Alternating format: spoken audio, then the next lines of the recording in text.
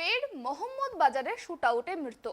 এবার ঝাঁঝরা হয়ে গেল এক ক্রাশার মালিক। মৃতের নাম তাপস দাস, বয়স 32 বছর। কাপিস্টার কেন্দ্রসরাই গ্রামের বাসিন্দা ওই মৃত ব্যক্তি।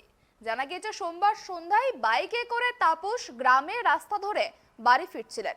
সে সময় কেউ বা কারা তাকে গুলি করে পালিয়ে যায়। তবে কি কারণে গুলি চলল সেই বিষয়টি এখনো অবধি স্পষ্ট নয়। ব্যবসায়িক কোনো শত্রুতা কিংবা কারোর কোনো পুরনো আক্রোশ ছিল কিনা সেই সব দিকগুলি খতিয়ে দেখছে পুলিশ কর্মীরা।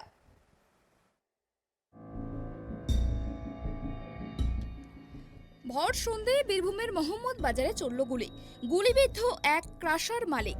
ঘটনাস্থলে মৃত্যু হয় তার। মৃত ব্যক্তির নাম তাপস দাস, বয়স 32 বছর। বাড়ি বীরভূমের কাপিষ্ঠার কেন্দ্রসারাই গ্রামে। সোমবার সন্ধ্যায় বাইকে চেপে বাড়ি ফেরার সময় তার উপর হামলা হয়।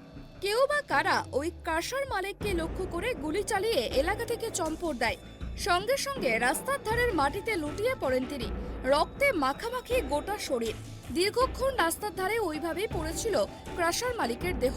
পরে পুলিশ খবর পেয়ে দেহটি উদ্ধার করে সিউড়ি সদর হাসপাতালে পাঠায়। কে বা কারা হামলা চালান সেই বিষয়টি এখনো স্পষ্ট নয়। গোটা ঘটনা খতিয়ে দেখছে পুলিশ। শরীরে কটে গুলি লেগেছে সেটিও এখনো জানা যায়নি। পুলিশ দেহটি ময়নাতদন্তের জন্য পাঠিয়েছে। গ্রামের বাইরে মানে কোনো কি শত্রুতা কারোর সাথে কি ছিল? শত্রুতা এখন আমরা ব্যবসাদার ছেলে, শত্রুতা সেরকম ছিল না। তবে হয়তো জানি না ব্যক্তিগত শত্রুতাকে বসে রেখেছে, আমি জানি না। দেখছি কি বলেছি তার সত্যি সবার ছিল।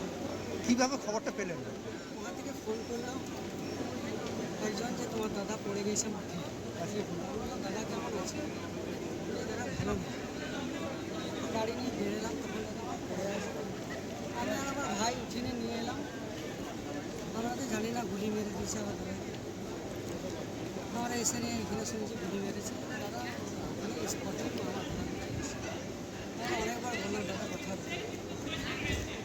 কারা মেরেছে বলে মনে করছে?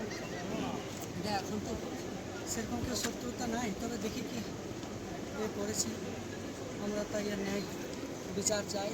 আচ্ছা, কারো কি সাথে কাজ করতো? ব্যবসা সংক্রান্ত ঝামেলা যা বাকি আছে এগুলো খালি আমাকে দেখতে হবে, কারণ ওগুলো সব কিছু না জেনে বলাটা ঠিক হবে না। তবে আমি দেখছি কারোর প্রতি সন্দেহ আছে।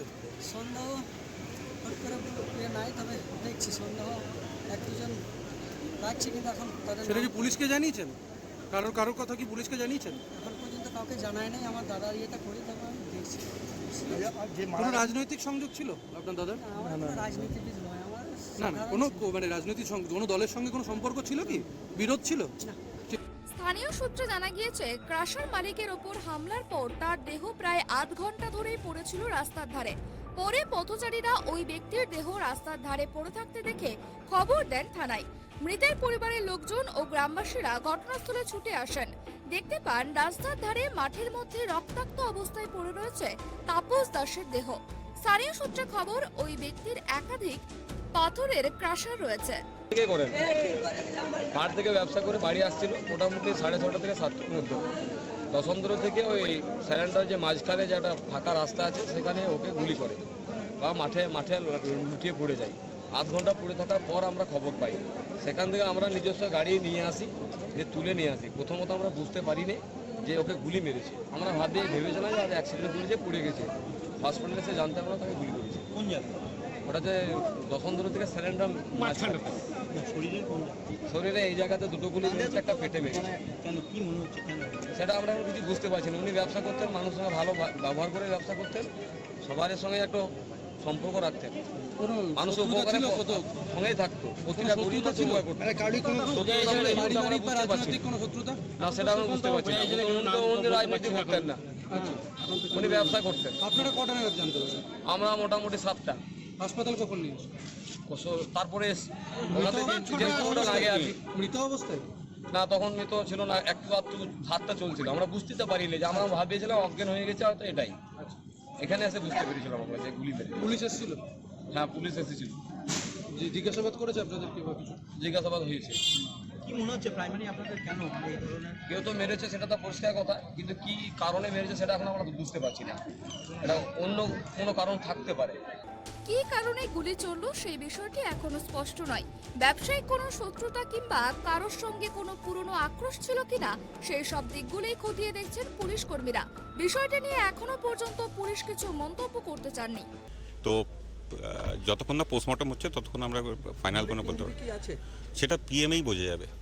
প্রাথমিকভাবে কি মনে হচ্ছে? প্রাথমিকভাবে ওইভাবে কোনো কমেন্ট করা সম্ভব না, বুঝতে পারছেন? মানে এটা পিওরলি মেডিকেল ডিপার্টমেন্টের ব্যাপার, মেডিকেল সায়েন্সের ব্যাপার, এটা আমি কীভাবে কমেন্ট করতে পারবো? এখন আমরা কোনো কিছু সেইভাবে স্পেসিফিক্যালি পাইনি, তবে আমরা সব সম্ভাবনা খতিয়ে দেখব।